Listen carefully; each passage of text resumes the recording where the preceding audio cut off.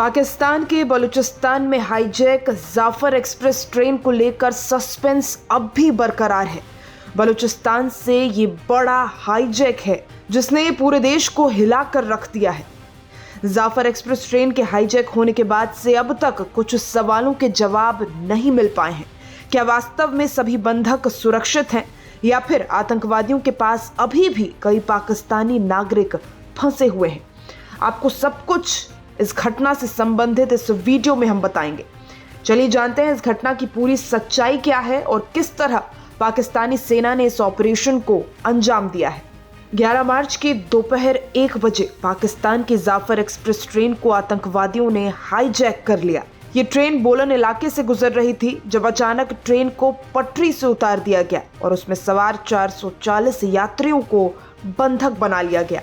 इन यात्रियों में 214 सैनिक भी थे, जिनमें से कई ने ट्रेन हाईजैक होते ही आत्मरक्षा में खुद को बचाया, लेकिन बाकी यात्रियों के लिए ये दिन कयामत जैसा था। पाकिस्तानी सेना ने तुरंत रेस्क्यू ऑपरेशन शुरू किया, जिसमें सेना के एयरफोर्स, फ्रंटियर कोर और स्पेशल सर्विस ग्रुप SSG के जवानों ने मिलकर आतंकवादियों पर हमला किया। उनके मुताबिक 33 आतंकवादी मारे गए और सभी बंधकों को सुरक्षित बचा लिया गया है। हालांकि सेना की तरफ से दी गई इस जानकारी में एक बड़ा ट्विस्ट भी सामने आया था। बलूच लिबरेशन आर्मी यानी BLA ने इसे खारिज करते हुए दावा किया कि उनके कब्जे में अभी भी 150 से ज्यादा पाकिस्तानी नागरिक बंधक हैं।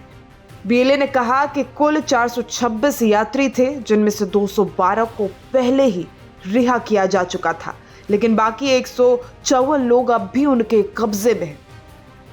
BLA ने यह भी दावा किया कि इस पूरे ऑपरेशन के दौरान 40 पाक सैन्यकर्मी और 60 से ज्यादा बंधक मारे जा चुके हैं।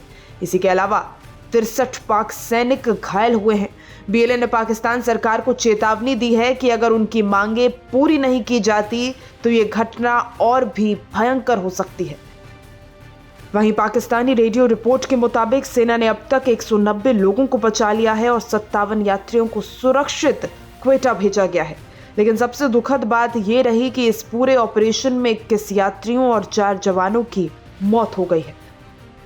पाकिस्तान के प्रधानमंत्री शहबाज शरीफ ने इस कायरतापूर्ण आतंकी हमले की निंदा की है। उन्होंने इसे शांति के लिए पाकिस्तान की संकल्प शक्ति को कमजोर करने की साजिश बताया और कहा कि इस हमले से पूरे देश को गहरा दुख पहुंचा है।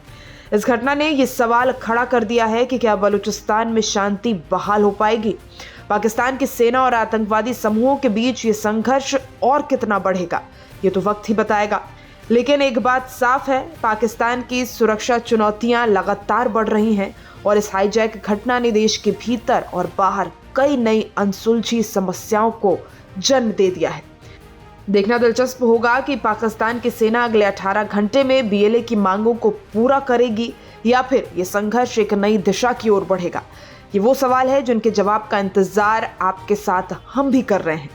घटना की बाकी तमाम अपडेट्स के लिए सब्सक्राइब करें लाइव हिंदुस्तान और ऐसी बड़ी खबरों के लिए देखते रहिए हमारे चैनल को।